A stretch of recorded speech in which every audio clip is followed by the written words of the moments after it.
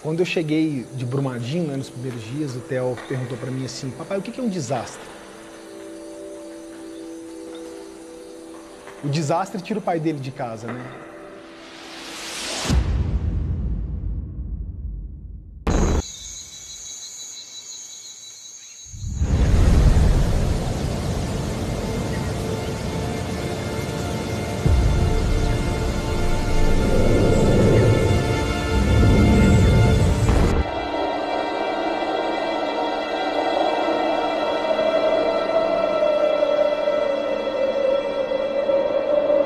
A altura que a lama chegou no acesso pra baixo aí, ó. Então, só Deus. Meu Deus do céu! Morreu, velho. Pô, velho, todo mundo tá lá embaixo, com certeza morreu. Tem misericórdia. Joga pra ela a corda.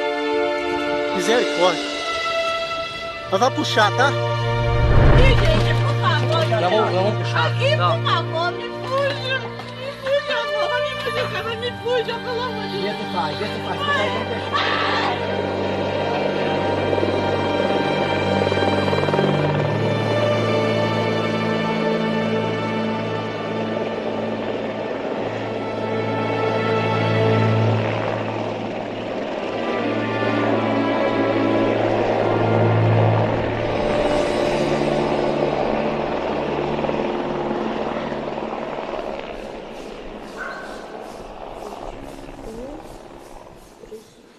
Seis. Mais 2. Já faz muito tempo que ele anda viajando pra trabalhar. Faz aqui, ué, faz na conta. Ué. Ah, fico com saudade, né? 3/4. 3/4 vai estar aqui, ó. Imagina aqui, ó. É 3 dividido por 4. Todos os dias eu busco na escola. Primeira pergunta, meu pai está em casa? Meu pai já chegou? Porque, aí tomara que meu pai não pegue plantão mais, né? Tomara que meu pai não viaje, tomara que não aconteça nada para ele poder ficar em casa. Eu falo com ele toda vez a mesma coisa, pelo amor de Deus. Lembra que você tem uma família em casa também. Eu trabalho há 15 anos no Corpo de Bombeiros, faço 15 anos esse ano, né, de bombeiro. E atualmente eu sou comandante da Companhia de Busca e Salvamento, dentro do nosso batalhão, que é especializado em emergências e desastres, né? Vamos pra lá, vou dar a volta e é lá que a gente vai atuar.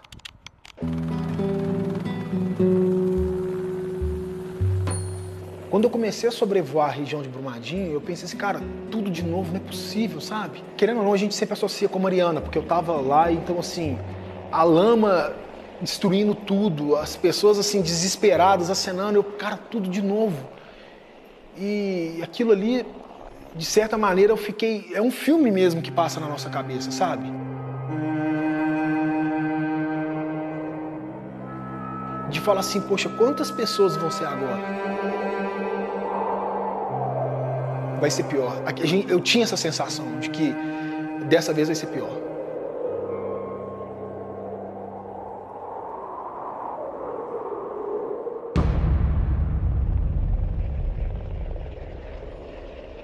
O que eu pensei foi fazer a mesma coisa que a gente fez em Mariana, que deu certo, que é de tentar ir para frente da lama, ver se não tinha atingido algum lugar, avisar essas pessoas para que elas não se tornassem vítimas. Mas a gente foi seguindo a lama, foi seguindo a lama, foi seguindo a lama, e já tinha levado tudo, já tinha destruído tudo. 1 metro cúbico de terra ou lama, ele pode pesar de 1.300 a 2.600 quilos. Então, imaginar um quadrado de 1 por 1 por 1 e colocar um monte de lama dentro. Então, é um peso muito grande. E a lama, nas partes mais velozes, ela chegou até 70 km por hora.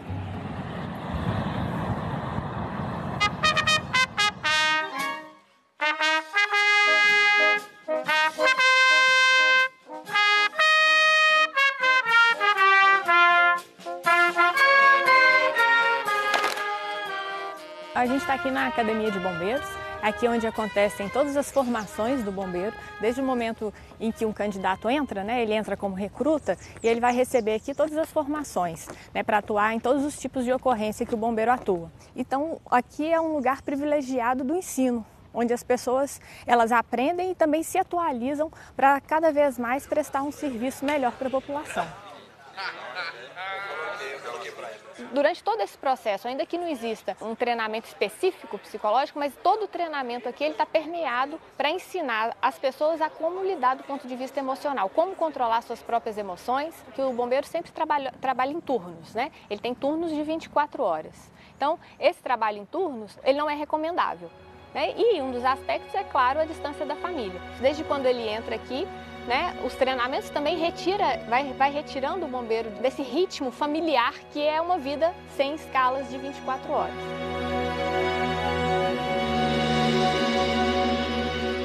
Os bombeiros são muito mais saudáveis do que a população em geral, né? Então, como a gente falou da seleção, né? Então existe uma seleção em saúde. Então os bombeiros eles não são equiparáveis à população normal. Então se a gente tem, por exemplo, a presença de sintomas de estresse na população geral, que numa mesma faixa etária que chega a 30%, o bombeiro, quando ele entra aqui, isso acontece em 2% desses candidatos que chegam.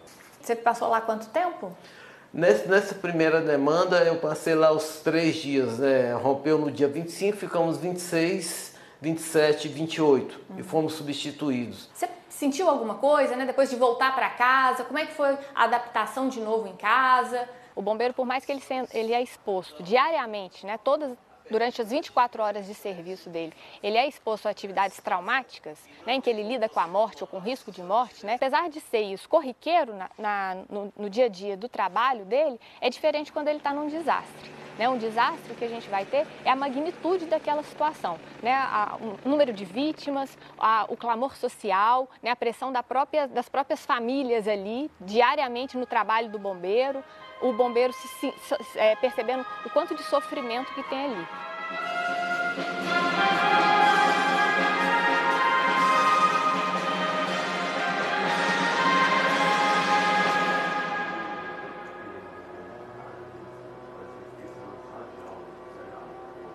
Só que você vai fazer transmissão ao vivo.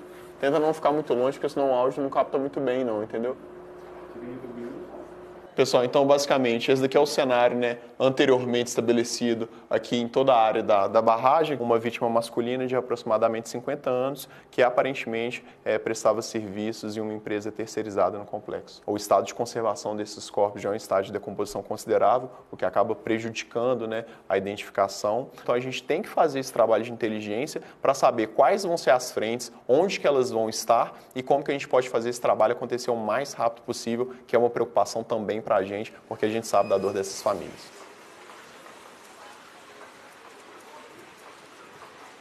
Eu costumo, né, comentar com os meus amigos que eu fiz aniversário 2 vezes, porque eu acabei envelhecendo um ano biologicamente, mas pelas experiências, pelas vivências que eu tive, pelo que eu observei em Brumadinho, que eu aprendi com aquelas pessoas, eu envelheci vários anos.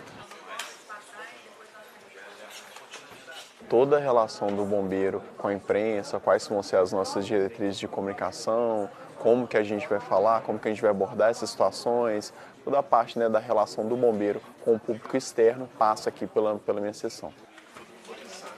No dia que aconteceu a tragédia, né, no dia 25 de janeiro, eu estava na cidade administrativa, o subcomandante geral dos bombeiros, próximo ao horário do almoço, ele chamou alguns oficiais na sala dele. E ele disse o seguinte: a gente acabou de receber uma ligação pelo 193, o coordenador do COBOM, que é o local onde são recebidas as chamadas, ele acabou de me ligar que supostamente uma barragem se rompeu. É uma informação que ainda não está confirmada, mas se preparem que pode ser que a gente vivencie uma nova Mariana. E nas primeiras horas da tragédia, quando eu cheguei naquele local, a população estava muito exaltada, porque o pessoal eles queriam informações, queriam saber o que estava acontecendo, e muitos deles não entendiam que para ter gente buscando a lama, a gente tinha que ter pessoas planejando aquela busca ali. E aí as pessoas nervosas, falando: não, mas meus parentes estão lá na lama, vocês estão aqui parados, como é que pode isso? E aí o pessoal começou a ficar muito exaltado, começou a ameaçar invadir o local onde a gente estava e ficar muito agressivo com as nossas guarnições. Cadê os resgatados? Estão indo para onde? Estão indo para onde? Cadê os vivos que eles encontraram? Estão indo para onde? Cadê os mortos? Estão indo para onde? Então, eles têm que entrar na mata. Leva na mata que tem. Meu irmão tem certeza que tá na mata. Tem muita gente na mata, gente. Vão entrar na mata. E naquele momento ali eu percebi que eu teria que ser o porta-voz dos bombeiros, não só para a imprensa, mas sobretudo para aquela população. Bombeiros. Tenente Pedro Errara, Corpo de Bombeiros Militares de Minas Gerais. Em relação à situação que foi detectada às 5h30... Preocupação que toda vez que eu dava entrevista, eu sempre pensava no familiar de uma vítima que poderia estar me assistindo. Em relação a ser uma comunicação respeitosa com aquelas pessoas, empática, porque no momento da cobertura, né, e da gente conseguir concentrar as informações, pode parecer que às vezes aquilo dali para a gente é só um número. E para a gente não é só um número. Para a gente, cada história dessas, para a gente que é bombeiro e está ali e fica diariamente tendo contato com essas pessoas, cada pessoa ali, cada vida é muito importante para a gente. Vou botar só esses bolinhos, Pedro. Isso aqui é peixe? É camarão empanado, esse da frente é peixe.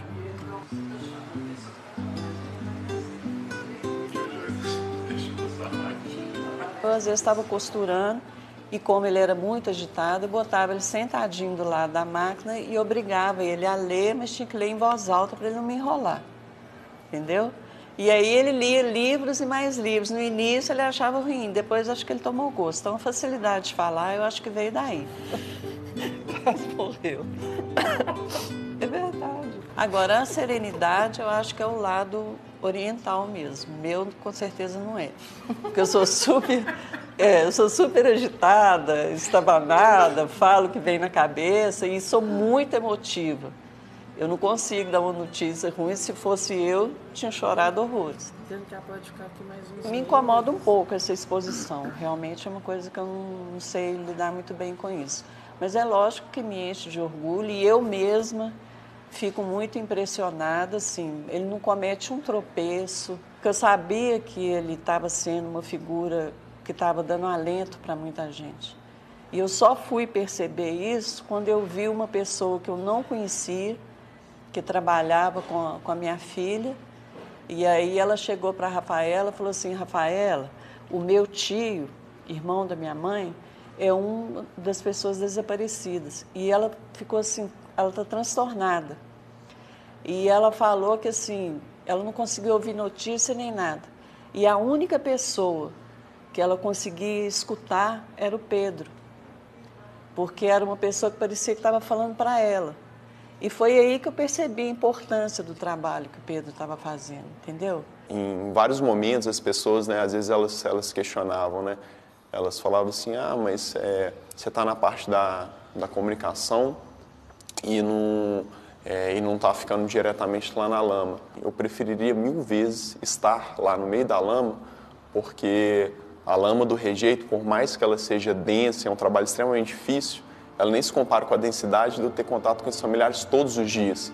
E de receber essas histórias todos os dias, e de conversar com essas pessoas todos os dias e perceber a dor dessas pessoas. Parece que toda hora eu estava escutando meu filho falar: mãe, ô mãe, eu tô aqui, vem aqui, mãe. Aí cada hora que passa um helicóptero eu fico rezando, sabe, pedindo a Deus, quem tá lá, olha um cantinho lá que meu filho, eu tenho certeza que a vida dele está esgotando, porque olha quantos dias, quantas horas estão se passando, mas ele ainda tem um fiozinho de vida, sabe?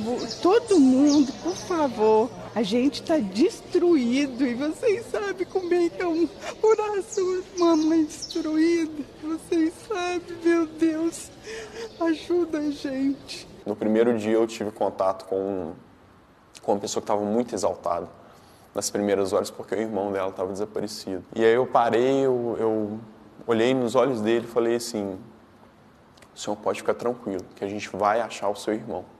Isso é um compromisso que eu estou assumindo com o senhor. Enquanto a gente não achar o seu irmão, a gente não vai descansar. E cerca de 2, 3 semanas depois, eu fui a um velório da família de um amigo meu. E aí quando eu entrei nesse cemitério, quem estava sendo velado na capela ao lado era o irmão dele. E aí no momento em que o irmão dessa vítima me viu, ele ficou completamente emocionado. E aí ele olhou nos meus olhos, né, ele ficou muito emocionado mesmo e falou assim: de fato você tinha razão, você prometeu para mim aquele dia e graças ao trabalho da sua equipe, graças ao trabalho da sua corporação, eu posso hoje seguir em frente. Eu sou muito grato a vocês por isso. Mesmo não sendo possível encontrar o meu irmão vivo e sendo um momento muito duro para mim, de muito sofrimento, eu serei eternamente grato a vocês. E aí, num momento como esse, que qualquer cansaço, qualquer sacrifício, qualquer perda de sono, perda de compromisso, ela faz, eu acho que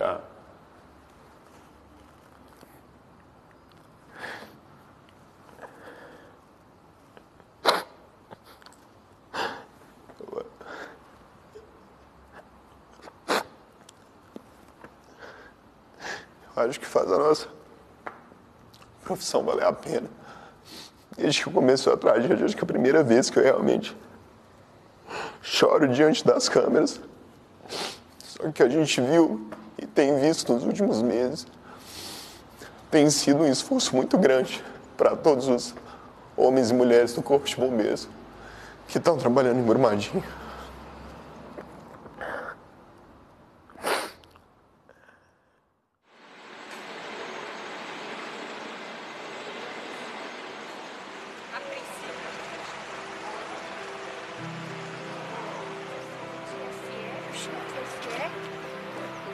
Fazer procedimento de saída, aproximação e aí fazer uma remetida perdida.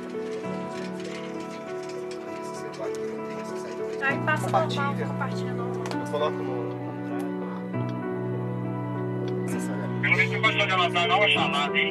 Do reconhecimento, vão ser 2 gongs para reconhecer, segundo, reconheci. Buscando, ok. Vai manter a posição, chama 2. Agora verde, Cabo Verde. E... Pós prosseguindo para Obleb e regresso uma centena. Decola então perfazendo a saída, coberto no ombro. Ok, podemos? Podemos. Encerra o meu tio ali, prossiga. Tá bom?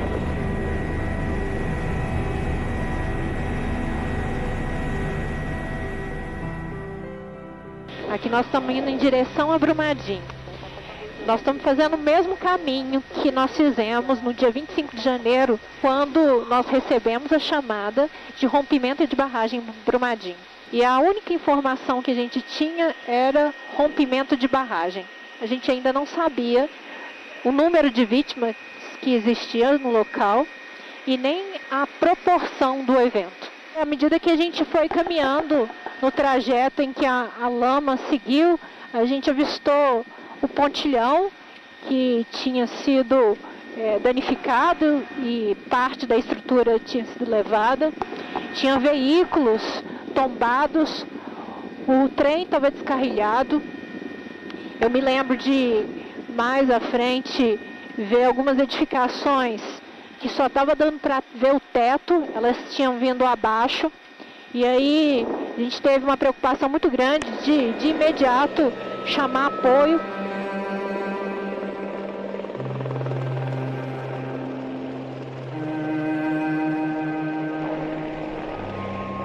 Nós encontramos pessoas vivas apenas no primeiro dia, na sexta-feira. Sábado em diante a gente tinha esperança de encontrar pessoas vivas ainda sábado e domingo, mas infelizmente todas as solicitações e possíveis indicações de locais onde poderia ter pessoas não foram confirmadas pessoas vivas.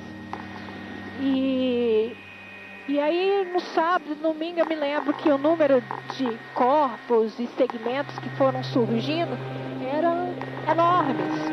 E as equipes, à medida que iam localizando, ia sinalizando para preparar os corpos e segmentos para serem retirados, né, com o saco, o equipamento necessário. Todos os seus sentidos e emoções são testadas, né, porque o cheiro é muito forte. Alguns eram transportados dentro da aeronave, outros eram transportados através de carga externa, lá de fora da aeronave. E o número por dia, eu me lembro, 18, 17 corpos e segmentos, mais ou menos isso, variando diariamente nos primeiros dias.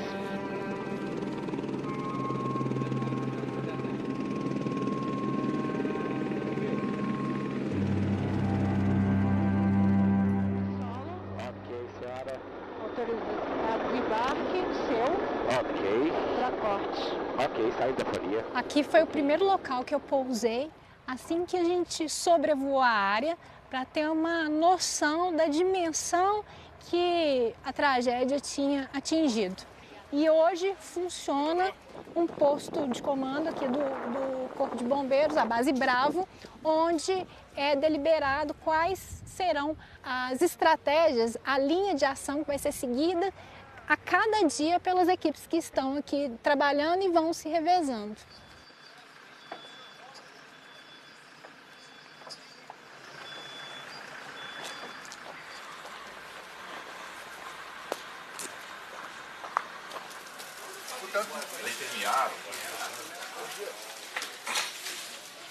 Mas deixa eu falar.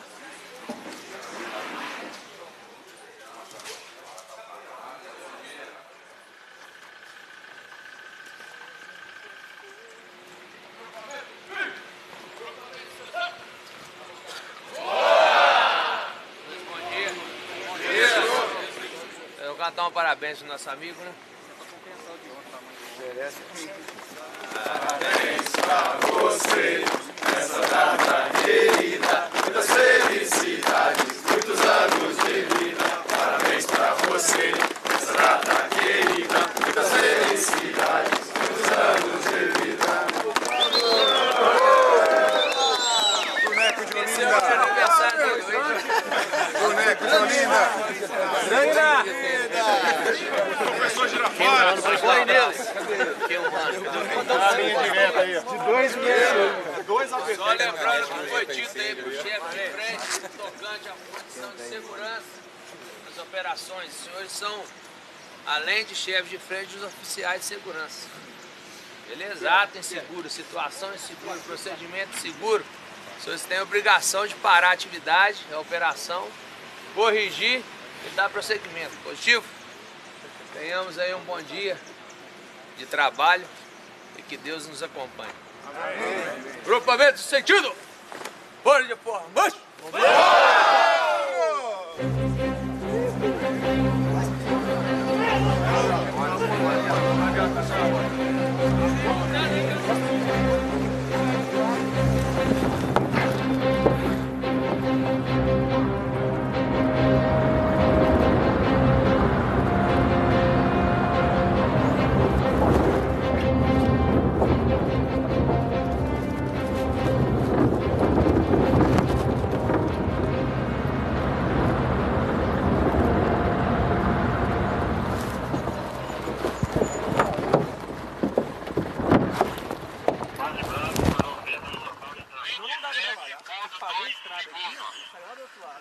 E a mesa de giro de uma máquina? Isso. Qual que é a dimensão dela? Da máquina por completo? Por completo? Ela de área, assim, ela deve ter uns 20 metros quadrados, só a base dela. Assim. E ela, provavelmente ela estava lá em cima naquela área de operação e a lama trouxe ela até aqui, né? Uma distância bem considerável.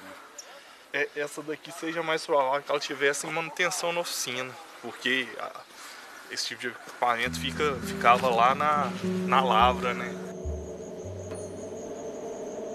Eu conheço tão bem aqui, eu trabalhei durante 8 anos na mina de córrego do Feijão, em uma empresa terceirizada durante 9 meses, a princípio. Depois passei funcionário próprio, Vale, né? Trabalhei mais 7 anos e 2 meses, junto com as equipes de execução de manutenção e planejamento de manutenção industrial. Eu era mecânico. Olhando aqui, a gente consegue recordar, ali para frente, a gente tinha um centro administrativo que vinha mais ou menos aqui até aproximadamente para essa direção aqui assim. Aí nós tínhamos restaurante, oficina de máquinas pesadas, de caminhões, a Valer, que era um centro, um auditório, medicina do trabalho, segurança do trabalho, oficina central, tornearia, caldeiraria, era toda realizada nessa parte inferior, onde tá tudo tampado aqui. Hoje a gente não tem mais referência.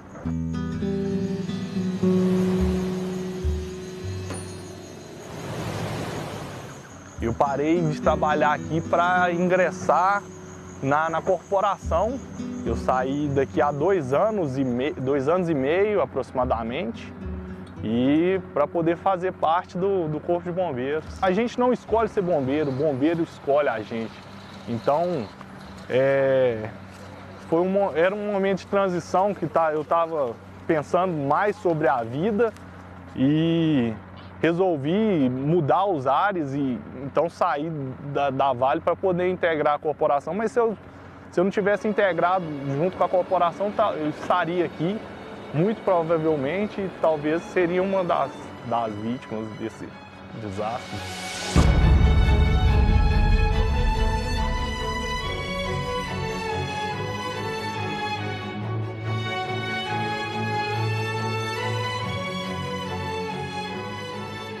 Estava em casa de folga e aí comecei a receber via WhatsApp que tinha acontecido uma tragédia, e aí eu desloquei da minha casa em sentido que consegui contato com alguns amigos que eu havia trabalhado. Eles confirmaram que tinha acontecido, que havia muitos amigos nossos desaparecidos, e aí o espírito da corporação me pediu para vir para cá.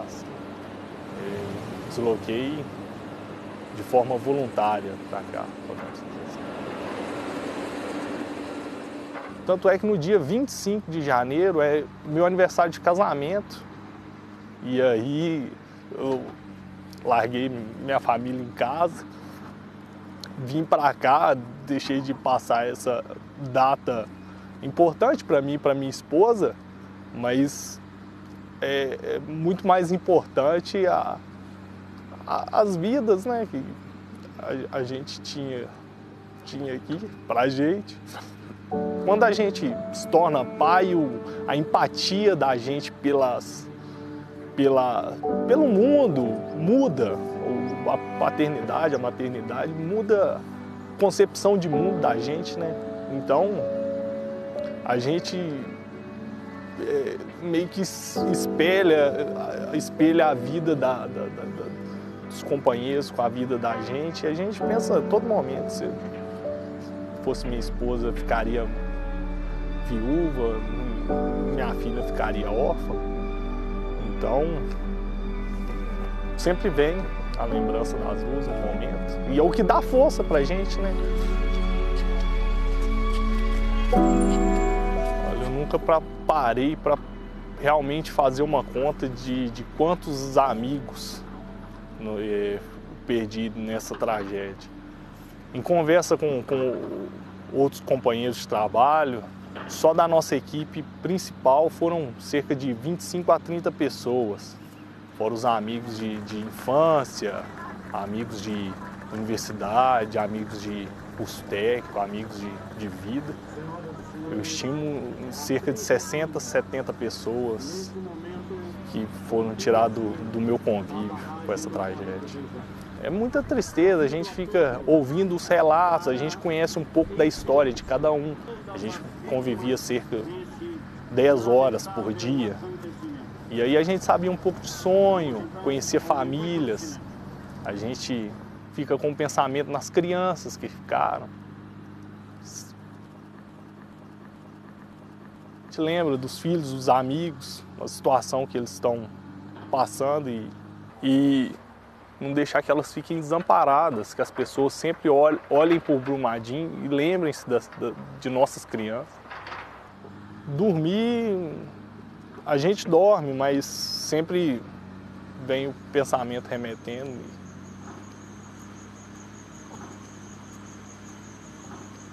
A questão é que muitas vezes o bombeiro, né, quando ele tem uma vítima que é conhecida, é que ele tem uma conexão emocional com essa vítima. Imaginar o sofrimento daquela pessoa, ter uma dor de estar perdendo alguém próximo, né? Então, algumas coisas que não é possível um treinamento ensinar como lidar com isso, porque se fosse possível a gente ensinaria para todo mundo.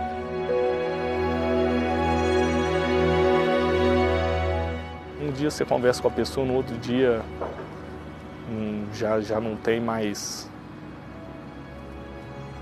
aquela pessoa na sua vida, sabe? É complicado. Sabe, é um pedaço da história da gente que foi junto.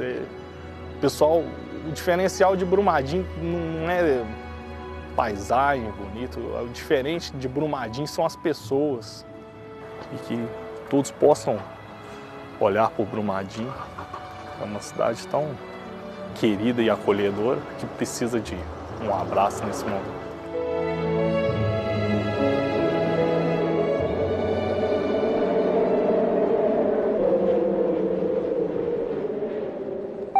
QSL tem muita terra ainda em cima? Aqui tem uns destroços aqui de uma caminhonete aqui, mas sem nenhum odor aparente aí. Aqui, ó, que parece que tá seco, né? Se eu começar a bater o pé, ó.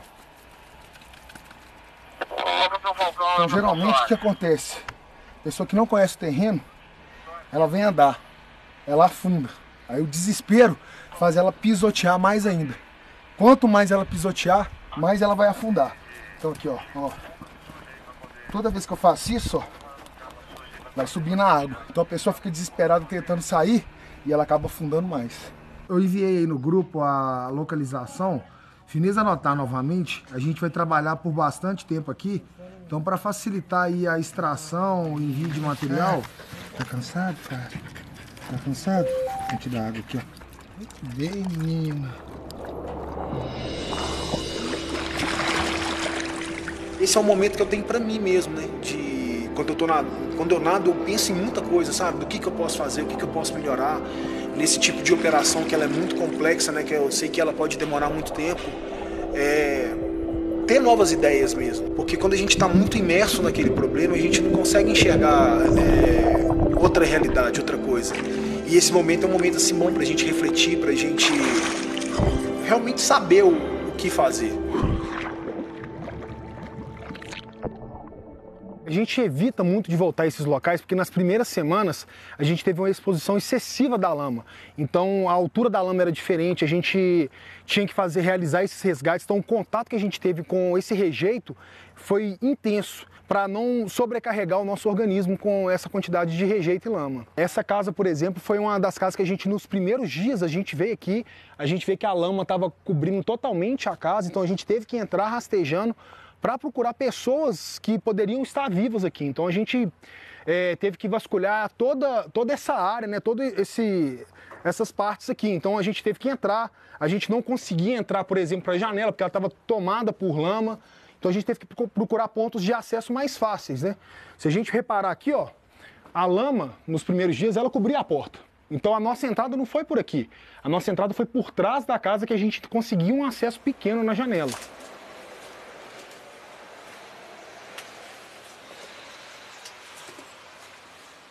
Então a gente tinha que colocar alguns pontos de apoio para a gente conseguir pisar. A gente, caminhando para cá, a gente viu nesse quarto que está aqui, à esquerda, né? Era um quarto que praticamente de muitas recordações deles, né? Tinha um álbum de fotografia, né? O álbum de formatura dele estava aqui. E a gente retirou todo esse material para a gente tentar dar uma certa lembrança, né, de toda essa destruição.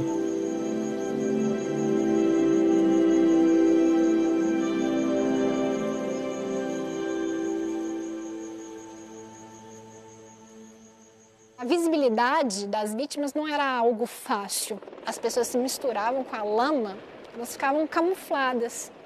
Então a impressão é que eu estava cega, que eu não conseguia enxergar. Então isso é algo que me angustiava.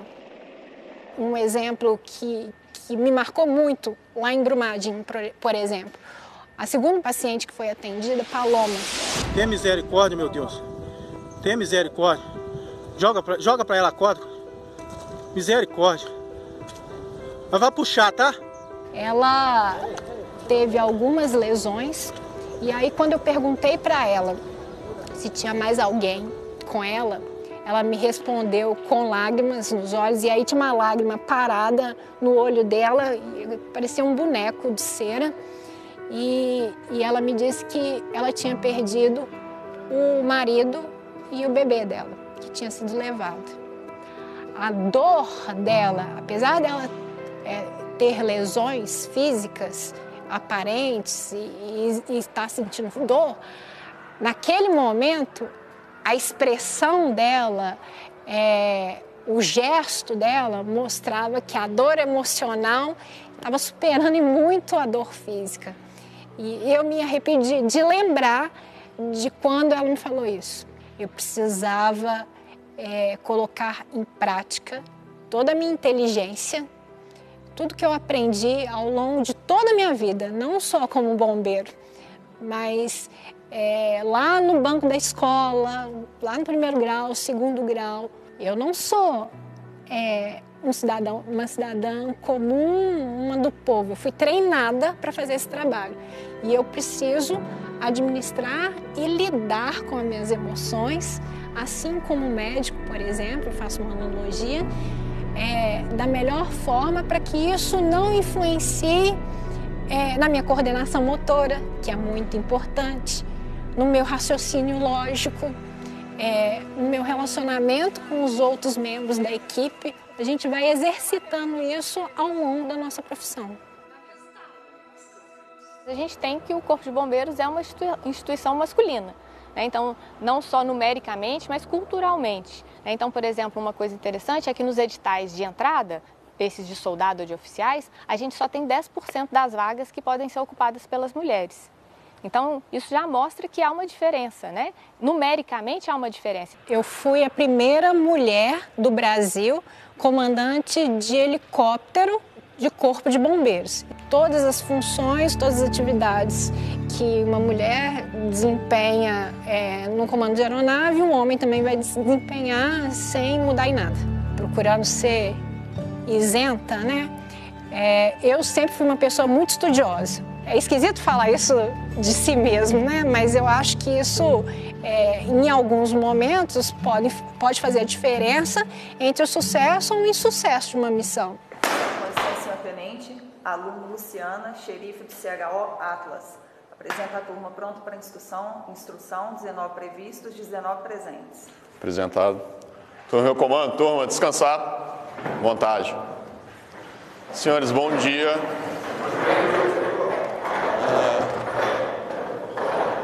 Hoje a gente vai continuar aquilo que a gente começou na última aula, da discussão, né, do papel da mulher dentro desse contexto de direitos humanos, e trazendo isso para a nossa reflexão aqui, a gente vai falar sobre a questão do acesso à justiça e a questão da mulher no Corpo de Bombeiros. Essa é uma aula de direitos humanos, é uma disciplina que existe não só aqui no nosso curso de habilitação de oficiais, mas também no nosso curso de formação de oficiais, no curso de formação de soldados. A nossa tropa, ela trabalha na rua, lidando o tempo todo com eventuais violações de direitos humanos. Eles têm que trabalhar esse conhecimento aqui para, quando eles estão na rua, eles vislumbrarem essa situação e saber como atuar. A nossa profissão, a profissão militar em geral, ela, via de regra, ela é associada a um signo masculino.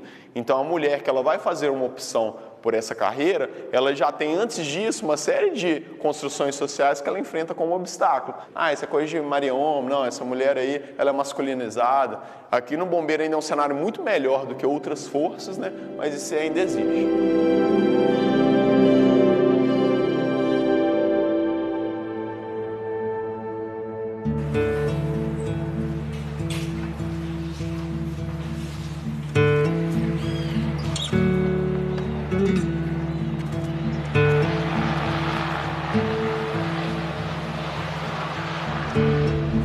Falei com ele que se ele fizesse uma reunião comigo, ele podia sentar lá pra gente fazer umas imagens. A gente tem 9 anos de 9 casados. anos de casados. Você não lembra? Na frente da câmera eu fico com vergonha, não tô conseguindo fazer contas.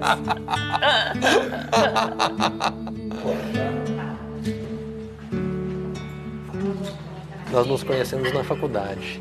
Na época, eu estava fazendo mestrado em psicologia aqui na UFMG, e a Lina estava fazendo graduação, né? Nós nos conhecemos num projeto que a gente trabalhou juntos. Então, Um projeto de pesquisa, em que eu fui bolsista, né, do projeto dele, e aí a gente se conheceu. Pouco depois, o Eduardo entrou no bombeiro. Um pouco depois, isso nós nos conhecemos em 2003, né? Em 2004 eu entrei no bombeiro. Foi mais ou menos um ano depois de eu ter me formado, eu já estava mais ou menos no meio do mestrado, foi quando eu entrei. E eu entrei no bombeiro muito tempo depois, eu entrei no bombeiro em 2012.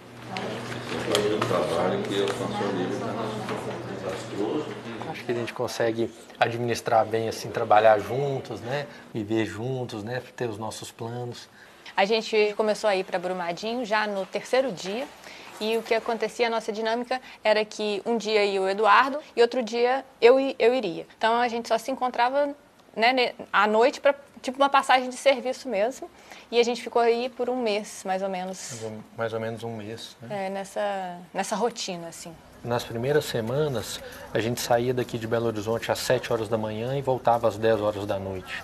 Então, saímos de casa 5 horas da manhã para ir até o quartel e pegar a viatura e ir de lá para Brumadinho, e saía de lá 10 horas da noite, chegava em casa meia-noite. Então, foi um período de jornadas muito extensas que a gente se via muito pouco, né? Uhum. A gente trabalhou muito lá para organizar o posto de saúde, onde os militares teriam acesso, né, ao médico, ao psicólogo e ao fisioterapeuta. Então, organizar como é que a saúde poderia atender os bombeiros e melhorar o bem-estar deles no local de trabalho. Que essa foi a primeira vez que a saúde foi participar em loco de uma operação. Ao longo do dia, como eu estava lá ou a Alina estava lá, a gente conversava muitas vezes ou por telefone, por mensagem de WhatsApp, né? Mas assim, um contando para o outro o que estava acontecendo. Eu acho essa troca que eu e a Alina conseguimos fazer no trabalho, em casa, eu acho que para mim é importante, é legal, assim, me ajuda, né? Eu acho que a gente consegue, inclusive, conhecendo um ao outro, saber das forças e, inclusive, das fraquezas que um outro tem, e a gente vai se compensando, né? Porque como a gente estava ali organizando um serviço que até então não existia, então eram dias assim, de tomadas de decisões muito importantes. Então a gente tinha que consultar algumas pessoas para ele dar a decisão, mas era uma decisão que saía da nossa boca. Então muitas vezes, né, assim, eu estava ali tendo que tomar decisões, pressionada, me sentindo pressionada e tendo que ter decisões rápidas, e eu olhava para o posto de comando e via o comprometimento dos bombeiros com aquela operação, né, onde tinha desde o coronel, né, a gente tinha pessoas de todas as patentes, as pessoas muito envolvidas em prol de um objetivo comum de fazer aquela operação dar certo. Então isso te revigorava, você chegava lá por mais cansado, por mais que os dias estavam sendo difíceis, você fala, não, eu preciso estar aqui, eu preciso dar o meu melhor, porque olha, meus amigos, meus colegas estão todos nessa, né? Isso era muito, muito, muito bom.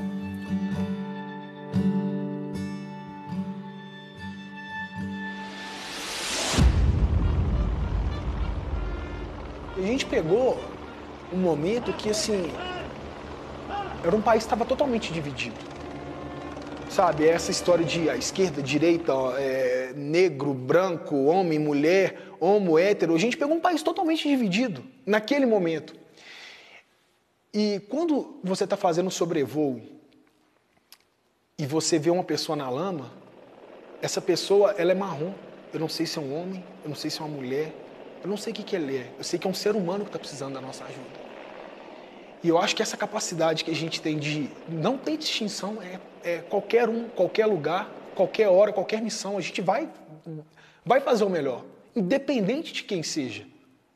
A gente está ali para salvar essas pessoas. Eu falo que em Mariana, né, tem o senhor Edmilson José Pessoa. O senhor Edmilson José Pessoa foi a única vítima que nós não encontramos. E eu lembro muito desse nome, porque é o nome de quem eu não encontrei. E aí eu fico pensando assim, Brumadinho, quantas pessoas que eu vou ter que ir? Quantos nomes que eu vou ter que gravar, sabe? Assim, é complicado, sabe? É muito triste porque tem pessoas que elas estão na esperança da gente encontrar todo mundo, sabe? A gente quer encontrar todo mundo, só que muitas vezes não... E carregar esses nomes não é muito fácil. A sensação de você não conseguir cumprir uma missão, ela é terrível. Ela é uma sensação que eu não desejo para ninguém, não. Você tem uma frase de um cabo que trabalha comigo, quando que termina a esperança de encontrar alguém vivo? E ele fala assim, quando a gente encontra ele morto.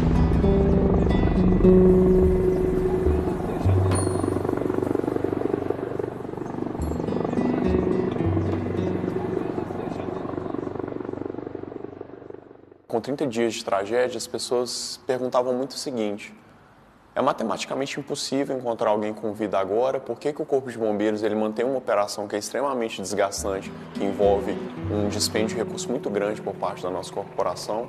Encerram as buscas, já que é impossível encontrar alguém vivo, e fazem um memorial para essas pessoas que eventualmente não foram encontradas. E aí no 30º dia eu conheci essa mãe, e essa mãe ela me olhou e falou o seguinte: ela perdeu o filho dela, ela falou: Pedro, eu tenho certeza que com 30 dias de tragédia é impossível achar o meu filho vivo. Só que eu sou mãe, e como mãe, a minha esperança ela é infinita. Então, por mais que eu saiba que é impossível achar o meu filho vivo, toda vez que o telefone toca, ou toda vez que alguém bate na porta, eu acho que por algum motivo muito maluco, o meu filho ele pode ter ficado sem contato, ele pode ter sido hospitalizado, ele pode ter se perdido, ele pode ter perdido a memória.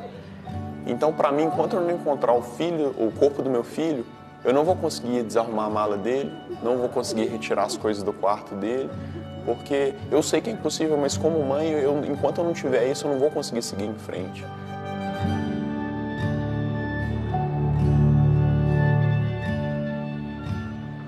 O Corpo de Bombeiros me salvou, não só dessa tragédia, mas quem sabe de uma depressão, de alguma outra coisa, porque eu sinto um orgulho gigantesco de fazer parte disso tudo. Apenas que seja um pequeno dente de uma engrenagem muito maior, que gera um mecanismo muito grande, é gratificante demais.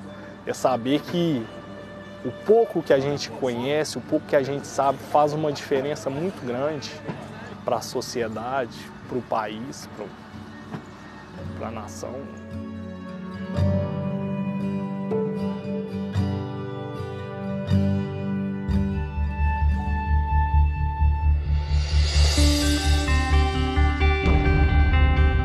Ouvir a palavra herói pela atividade que a gente faz é muito gratificante.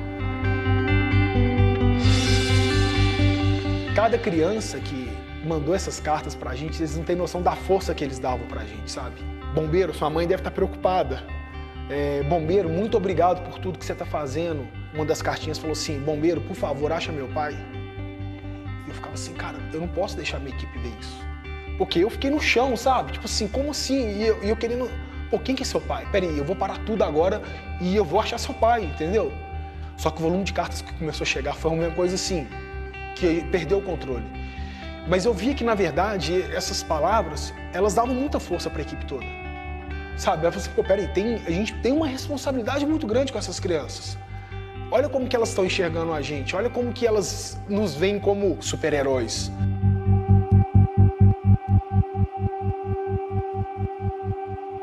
Eu não acho que eu sou heroína, mas eu acho linda essas manifestações. Quando eu recebo elogios de crianças e idosos, eu coloco em outro patamar, porque eles tendem a ser mais sinceros. Eu fico muito orgulhosa quando uma criança fala que quer ser bombeira por causa de mim. E a gente está nos bastidores, né? A gente está nos bastidores para garantir o bem-estar do bombeiro e para ele executar o melhor serviço possível em prol da população. Do bastidor do herói, né?